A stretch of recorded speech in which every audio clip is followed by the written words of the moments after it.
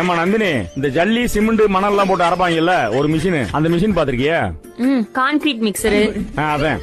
இந்த இட்லி அதுல போட்டு உடைச்சு எடுத்துருவா, அப்பதான் சாப்பிட முடியும். ஏன்னா தினம் மொட்டை மாடியில உடற்பயிற்சி எல்லாம் பண்ணுவேல இரும்பு வச்சு. இனிமேல் இரும்பு வேண்டாம்ப்பா, இந்த இட்லி வச்சு பண்ணுப்பா, உடம்பு நல்லா ஏறும். சரிண்ணே. இட்லி போட்டுருக்காங்க ஒரு இட்லி.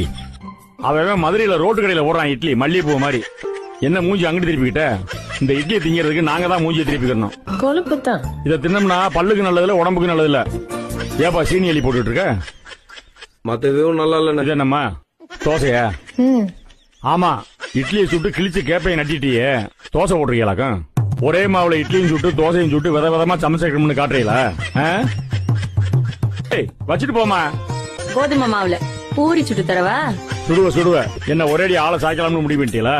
அதெல்லாம் நடக்காது. இது தேக்கு, சாதாரண தேக்கு இல்ல, மதுரை தேக்கு, மனசுல வச்சுக்கோங்க. Download